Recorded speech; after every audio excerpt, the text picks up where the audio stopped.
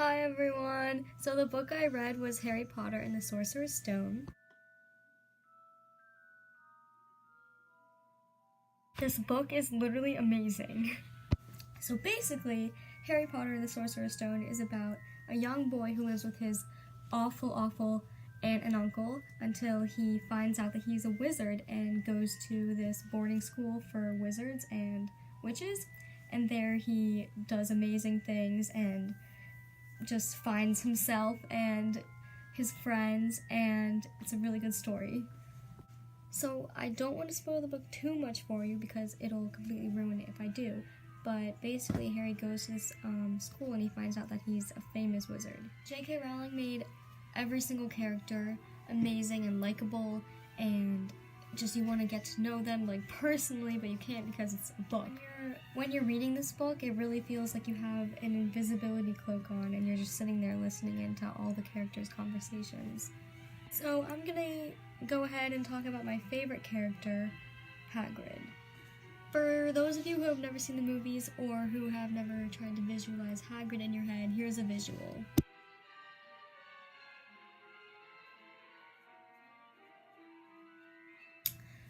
So Hagrid is half man, half giant. He's the one who takes Harry from the Dursleys, Harry's aunt and uncle, and basically takes him in and brings him to the school.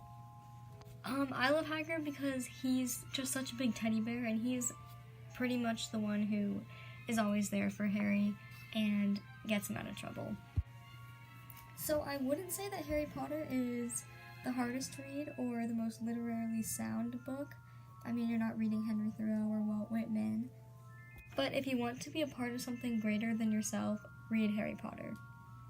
You can see just how amazing it is because people are still obsessed with it to this day. People still have letters sent to their houses inviting them to attend Hogwarts School of Witchcraft and Wizardry. People still buy Harry Potter wands. My brother has 3 of them in his room.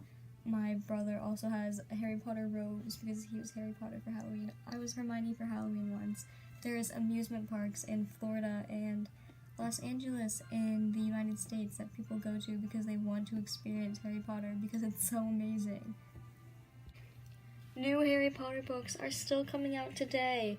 Not necessarily books, but a play just came out on Broadway and it's acting as the 8th Harry Potter book. Alright, so the next thing I'm going to talk about is Harry Potter's fandom and geek culture and how that changed the world. So there are Harry Potter references almost everywhere you go. Even at the Hill School, our dining hall is compared to Hogwarts' dining hall.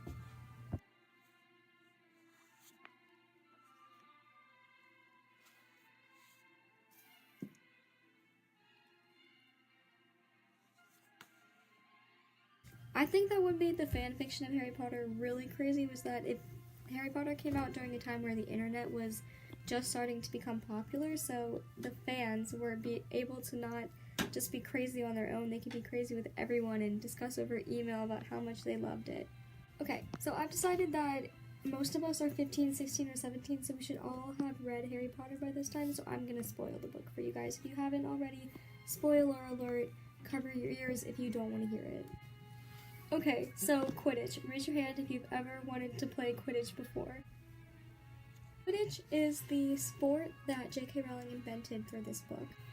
Okay, so when Harry gets to the school, he's in a class where he's learning how to fly a broom with a bunch of his other classmates, and one of the antagonists, Draco Malfoy, picks on one of the other kids and they throw this ball into the air and they're basically just taunting one of the kids, and Harry, being the savior, flies the broom and goes and catches the small little ball that Draco threw up into the sky. And one of the teachers sees it and says, oh my gosh, this kid is going to be perfect to be the next Gryffindor Seeker. So she goes and tells the captain of the Gryffindor Quidditch team, and then Harry becomes the Seeker on that Quidditch team, which is basically just the person who flies around and tries to catch this small little ball. I'll give you some background on Quidditch in just a second. Okay, so Quidditch is supposed to be a game that's played by wizards and witches, and each team consists of 7 players, each flying on a broomstick. The players attempt to throw soccer ball-sized balls called quaffles through 3 large hoop goals at either end of the pitch. A goal is worth 10 points. One player on each team is designated the Seeker, which is Harry, and it is his or her job to capture the golden snitch, a golden winged ball the size of a walnut that zips around the playing field of its own volition.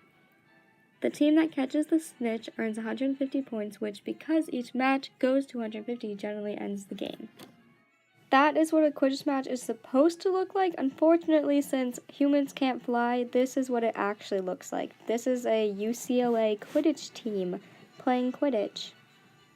Unfortunately, that's all the time we have for today, but I would just like to highly recommend reading Harry Potter. It's a really good way to escape reality and go back to your childhood. No matter how old you are, you shouldn't be embarrassed that you're reading Harry Potter or still in love with it, but just, yes, highly recommend. Great book. Read it.